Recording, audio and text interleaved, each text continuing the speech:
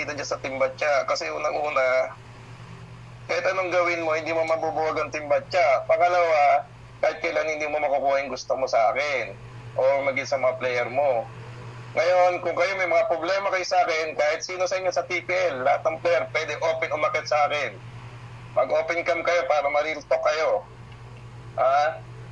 Gusto niyo makarinig ng mga katotohanan. Kayo, sa loob ng ilang buwan kayo nagsalita na nagsalita. Wala kayong narinig sa akin. O ngayon, nagsalita lang ako ng once, nagalit kayo, nasaktan kayo lahat, dinamay ko kayo. Alam niyo, dapat pag nagsasalita kayo ng dinamay ko kayo, balikan niyo yung mga ginawa niyo, iisipin niyo. Iisipin niyo maigi.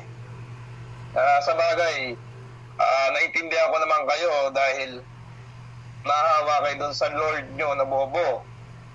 Di ba? Yung magsasalita siya, akala mo, no, sobrang linis. Tandaan nyo to, walang magiging malinis kay Sendo. Ang daming kaaway sa White